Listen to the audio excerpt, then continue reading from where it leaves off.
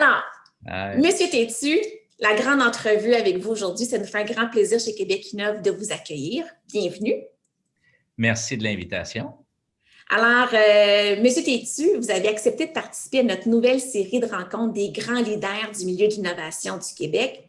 Et pour discuter ensemble puis comprendre comment votre parcours, votre histoire, vos projets vous permettent de devenir un des acteurs incontournables lorsqu'on parle d'innovation au Québec.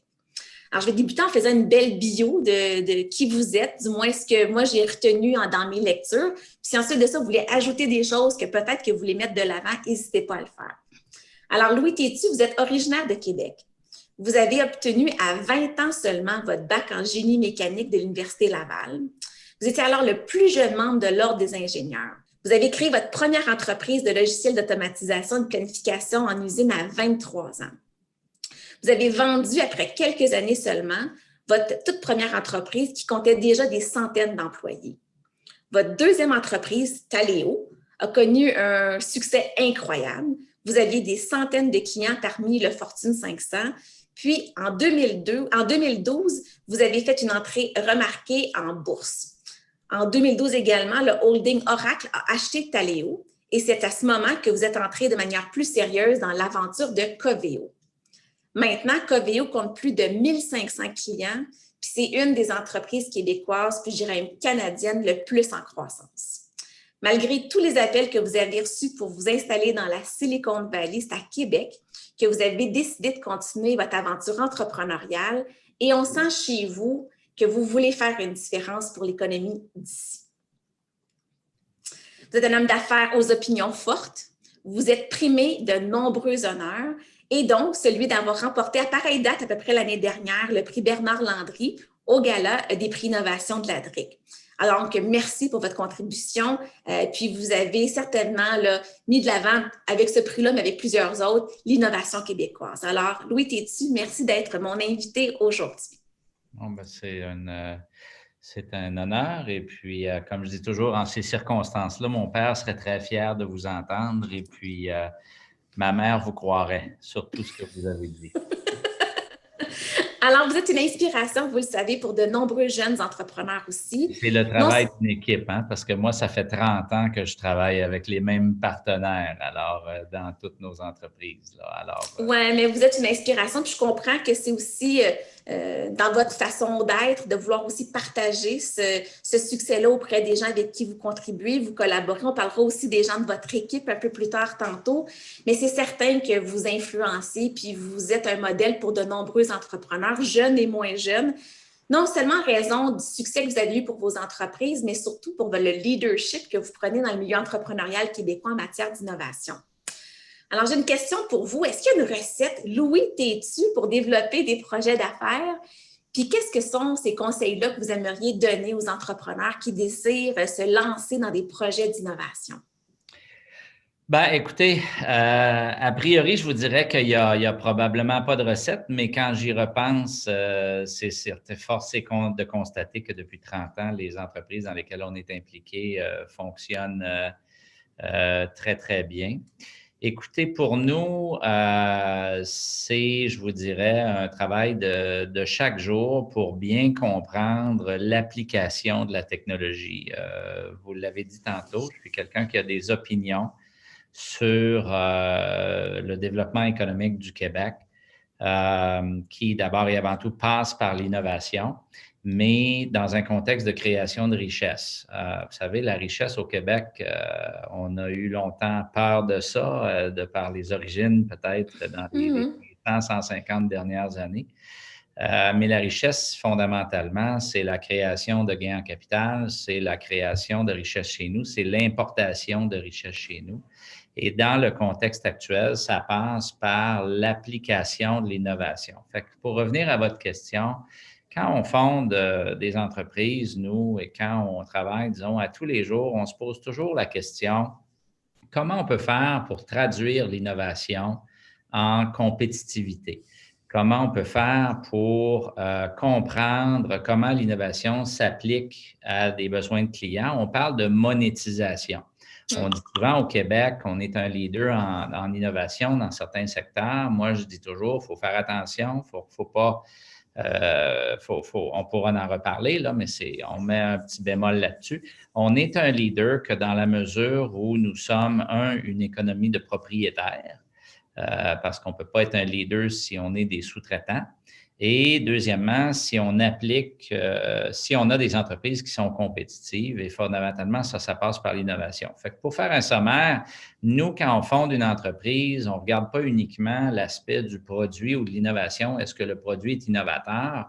On regarde comment ça s'inscrit dans des besoins de clients. Comment on peut créer des besoins pour des clients, puis en bon québécois, comment on peut faire pour partir à l'international puis aller séparer un client de son argent en échange de nos produits et services. Et puis, fondamentalement, là, on s'en tient à ça, puis on va parler tantôt de culture innovatrice, là. Super. Alors, vous savez, le Québec est la province au Canada où on a le meilleur ratio d'investissement R&D versus le PIB. Donc, on est très fort dans la partie recherche, mais on est moins dans la partie commercialisation de nos innovations. Donc, une de nos priorités chez Québec Innov, c'est de travailler sur la culture de l'innovation et donc de parler d'histoires à succès d'entreprises qui réussissent à briser ces barrières-là. De votre côté, chez Coveo, vous avez des dizaines d'employés qui sont dédiés à la R&D, puis vous réussissez à commercialiser vos solutions auprès des clients partout sur la planète.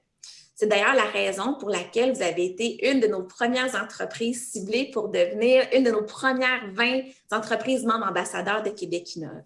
Alors, nous avons maintenant, comme je vous le disais un peu plus tôt, 130 entreprises que nous avons sélectionnées pour représenter l'ensemble du Québec en termes de secteur d'activité puis de diversité. Puis on est vraiment fiers de pouvoir compter sur Coveo dans notre gamme rapprochée. Alors, on sait que le succès du Québec économique vous tient à cœur. Vous avez déjà dit que c'est ici que la croissance de Coveo allait se faire, malgré qu'il y ait d'énormes opportunités ailleurs. Comment on fait au Québec pour mieux tirer profit de notre force en innovation afin justement de mettre sur le marché nos produits et nos services? Bien, d'abord, on a ici au Québec, on n'est pas plus fou qu'ailleurs, en fait. On a la même intelligence. En fait, on a une culture entrepreneuriale. On est habitué on a une belle culture qui peut s'exploiter commercialement sur les marchés internationaux. On est quand même des gens agréables et tout, une culture qui est assez caméléon. Donc, on s'adapte bien au marché européen, on s'adapte bien au marché américain et tout ça. Je l'ai dit souvent depuis 20 ans, pour autant qu'on soit capable de parler anglais, là, parce qu'il ne faut pas se le cacher, il ne faut pas se mettre la tête dans le sable. Lorsqu'on veut aller vendre à l'étranger, l'anglais, ce n'est pas une langue, c'est une interface. C'est comme le USB, si on veut. C'est la langue des affaires. Et puis, il faut être capable de se débrouiller à ce niveau-là. On ne peut pas vendre si on n'est pas capable de communiquer. Alors, la première chose, c'est de bien comprendre qu'effectivement, on est capable ici au Québec d'innovation puis de développer des produits et services qui tirent avantage des marchés internationaux puis qui sont très, très compétitifs. La grande question, en fait, quand vous posez la question comment on peut faire pour que le Québec puisse mieux tirer profit de nos forces en innovation, je vous dirais que c'est un peu à l'instar de la manière dont on gère une entreprise. Quand moi, je me lève le matin avec mes partenaires, essentiellement, nous autres, notre job, là, c'est de déployer deux ressources fondamentales. On déploie du capital, puis on déploie des ressources humaines.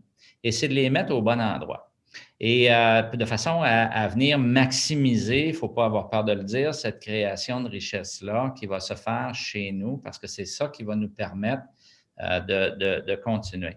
C'est peut-être là qu'au Québec, on a énormément d'apprentissage à faire. C'est que si on ne déploie pas, vous savez, on investit en éducation, on a des très bonnes universités et tout, mais encore faut-il que le talent qui sorte, le produit de cet investissement-là en éducation soit investi chez nous, dans des entreprises qui nous appartiennent. Puis c'est autant, l'innovation, elle va se passer dans 3 secteurs, si on veut, dans 3 types d'entreprises. Alors, nous, dans notre cas, on prend de l'innovation, puis on la transforme, puis ça devient vraiment de la propriété intellectuelle, puis c'est ce qu'on monétise. Le deuxième, c'est lorsqu'on met l'innovation dans nos entreprises de services au service des marchés internationaux. Je nommerais peut-être des entreprises comme CGI, par exemple, des compagnies comme ça dont on est très fiers. Puis le troisième, qui est probablement le plus important, c'est comment on déploie l'innovation dans l'ensemble des secteurs. Comment on rend la Banque nationale, CAE, Couche-Tard et l'ensemble des PME du Québec meilleures, qu'elles soient dans le manufacturier, la distribution et tout ça. Puis au passage, comment on rend nos institutions meilleures? Moi, ça fait longtemps que je dis que j'ai hâte qu'on sorte les fax des hôpitaux, puis j'ai hâte qu'on rentre des robots dans nos entreprises et puis qu'on fasse du commerce électronique, puis du cloud et tout ça. Je pense que votre question, c'est comment on peut faire pour mieux tirer profit de nos forces en innovation, mais c'est assez simple. C'est en reconnaissant la très grande valeur, le levier économique du talent en innovation et en le déployant dans nos entreprises.